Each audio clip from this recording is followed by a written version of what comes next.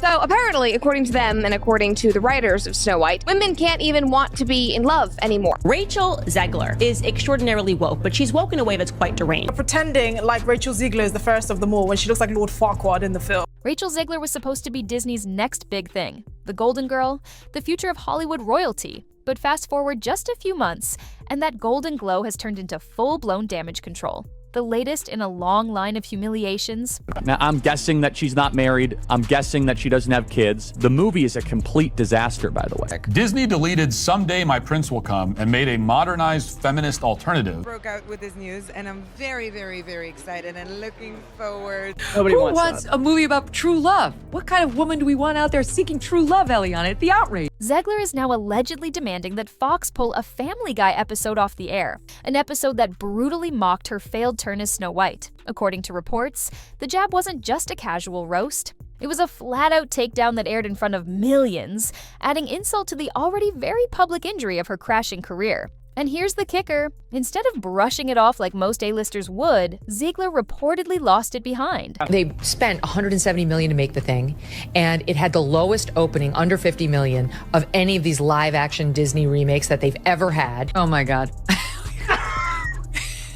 No one on the right side of America can stand the star of this movie. It's got extra musical numbers that are incredibly unnecessary that really add to that runtime. And let me go ahead and let you know that they're absolutely f***ing atrocious. The scenes, calling on the network to scrap the episode altogether because it was just too cruel. But when you star in one of the biggest box office flops of the year and then try to silence the mockery that comes with it, you're basically handing the internet a front row seat to your own meltdown. But the Family Guy moment is just the tip of the iceberg. Rachel Zegler, like so many kids raised on TikTok, she's all for infanticide is the only global solution. Doing catastrophically. They spent $300 million and it currently has a 2.2 out of 10 rating on IMDb. The movie has a major identity crisis. This is just so typical of the left. The progressives always finding a way to find their way back to doing something not progressive. Remaking the movie, they just got rid of the dwarfs, but they have one token dwarf amongst these magical creatures. You actually just went backwards. You actually just erased the dwarfism side of it, the disability, like we're a disability group. You just erased that whole. Because if we're being honest, this is exactly the fallout you'd expect after the absolute train wreck that was Disney's Snow White remake. Here's what went down. In one of their recent episodes, Family Guy did what Family Guy does best, dragging celebrities who take themselves a little too seriously. And right at the center of their bullseye, Rachel Zegler. The show didn't hold back, brutally mocking. Controversy in Snow White. The dwarves have been eliminated in the live action. Yeah. Now it's Snow White and the 7 magical beings. Wait, it's 7 and the magical beings? Yeah, They won't even say magical and the 7 beings. dwarves? No, because they're not dwarves. For right now, that's the only jobs that are there. I sat through the whole thing. This was really bad. It was extremely leftist on every political dimension. Racial politics, sexual politics, class politics, regime politics. Its narrative was cowardly. It was just awful. Have they ever thought about maybe like a little bit of like, I don't know, vulnerability study, opposition research, that sort of thing before you go and hire some Zoomer who's a lunatic? Her stiff, awkward portrayal of Snow White, and even throwing in a few punches about her off-screen behavior. It was savage, it was cold, and honestly, it was kind of hilarious. But apparently, Rachel didn't think so. Word on the street is that she immediately went into damage control mode, reaching out to Fox with a demand to pull the episode entirely. She claimed it was humiliating and crossed the line. But here's the thing, this is family. They say all you have to do to make your wish come true is let it echo, echo, echo, echo. Last week was a very big week, objectively a huge week. We had quite a few announcements. It's first live action film, which is Snow White and the Evil Queen. And that's me, I'm Snow White, which is so funny. Guy, they've roasted everyone from Britney Spears to Tom Cruise to Leonardo DiCaprio. Nobody's off limits. And if you can't handle the roast, Hollywood might not be the place for you. Instead of letting it roll off her back, Zegler's reported tantrum only poured gasoline on the fire. The internet exploded with memes and mockery, turning the whole situation into a spectacle. Critics, didn't just laugh at the episode, they laughed at Rachel for being the only one who seemed unable to laugh at herself. It's awful, generic.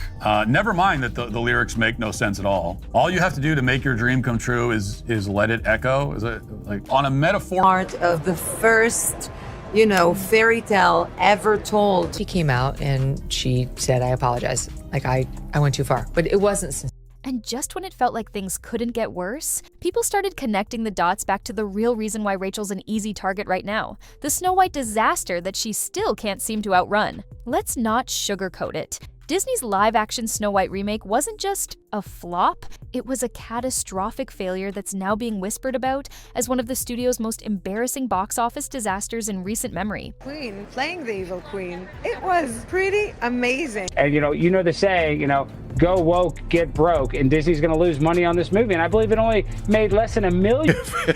Hardcore. They're petrified of some kind of backlash. With a bloated budget floating somewhere around $250 million, Disney had banked on this. Remake being another billion-dollar cash cow. Merchandising, theme park tie-ins, global buzz, they wanted it all. But instead... So she comes off as an insufferable, whiny brat. There's a big focus on her love story with a guy who literally stalks her. Weird. Snow White limped to a sad, awkward $194.8 million worldwide, falling painfully short of even breaking even. And when you factor in marketing costs and distribution, we're talking about a project that likely lost the studio well over $100 million, so what went wrong? Well, it doesn't take a box office analyst to figure it out. Fans weren't sold on Rachel from the jump. From her bizarre interviews where she slammed the original film as outdated and weird, to her awkward press tour moments where she couldn't seem to decide whether she respected the role or wanted to burn the whole. Legacy down, Zegler managed to alienate the very audience Disney was counting on to show up. The backlash was swift and brutal. Longtime Disney fans called for boycotts. Social media dragged every clip of her calling Prince Charming a stalker, or laughing about not needing a love story. And all of that negative PR translated directly into empty theater seats. To make matters worse, behind the scenes, insiders say even Disney started questioning their own choices. Some allegedly believed that Zegler's public commentary and the way she handled fan criticism played a huge role in killing the film's momentum before it even opened. So when Family Guy took their shot, they weren't exactly punching down. They were kicking someone who was already sprawled out on the Hollywood pavement. And that's the piece of this story that Rachel Zegler just can't seem to accept. Rachel Zegler didn't just trip over bad press, she practically begged for it. And the internet? Oh, they were ready.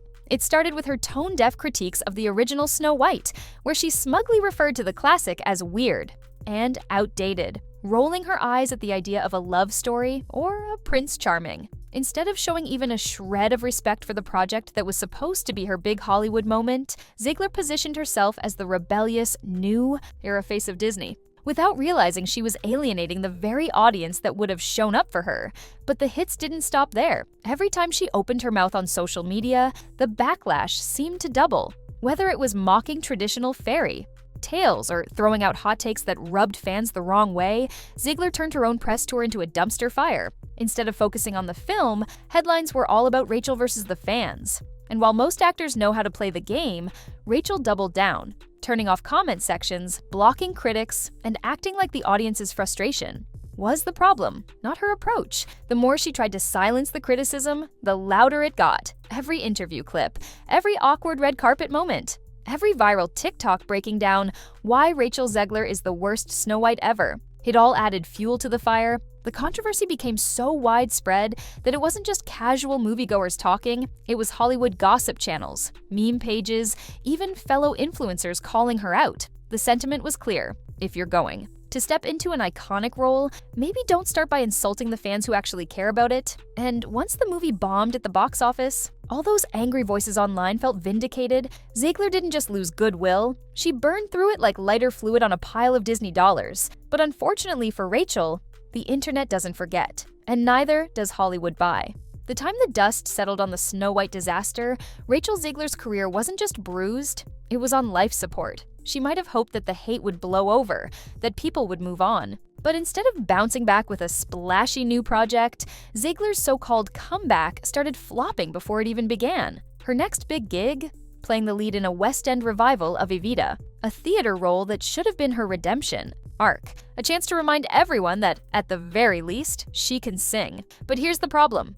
Nobody's buying tickets. Reports out of London have been brutal. Rows of empty seats, ticket sales struggling to get off the ground. And let's be honest, when you're leading a major stage production and you can't fill the house, that's not just a bad night. That's a flashing neon sign that your star power is fading fast. The word going around, audiences are simply over it. Whether it's the ongoing backlash from Snow White, the endless drama on social media, or just sheer overexposure from the wrong kind of headlines, Rachel's reputation isn't just damaged, it's toxic. Producers are reportedly getting nervous. Insiders claim there's concern about how long Zegler can keep landing roles if the negative press keeps following her like a shadow. Because here's the ugly truth about show business. Once the audience turns on you, the offers dry up fast. And for Rachel Zegler, that moment might already be here. Meanwhile, back at Disney HQ, let's just say the mood has been tense. When the studio first greenlit Snow White, they probably thought they were setting themselves up for another billion-dollar juggernaut.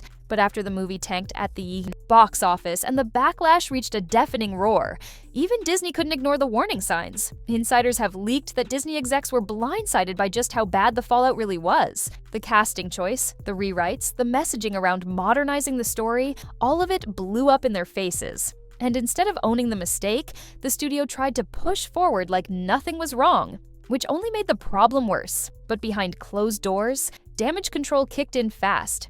Disney started hitting the brakes on several other live-action remakes, with sources saying that projects like the Tangled reboot have been quietly put on pause. And the reason is obvious. They can't afford another Snow White-level disaster. What's worse? Some reports suggest that there were people inside Disney who warned leadership about casting Zegler and the risk of alienating fans, but those warnings were ignored. Now, with the financial losses stacking up and the brand's reputation taking a hit, those voices are sounding a whole lot smarter. And as the memes and mockery continue to roll in, one thing's clear. Disney isn't just regretting the film, they're regretting the face they chose to lead it. At the end of the day, Rachel Zegler's fall from grace feels like a masterclass in how to fumble the bag in Hollywood. She had the golden ticket, the Disney princess role, the chance to step into a legacy that's launched careers and built empires. But instead of embracing it, she torched it. One cringy interview, one tone-deaf social post at a time. Now, with her reputation in tatters, ticket sales flopping, and even animated shows like Family Guy taking swings at her, Zegler's career feels less like a Hollywood fairy tale and more like a cautionary tale. Because here's the reality. Audiences might forgive a bad movie, but they don't forgive arrogance. And right now, Rachel Zegler has given them nothing but reasons to root against her. The question now isn't whether Snow White will recover, it's whether Rachel Zegler ever will.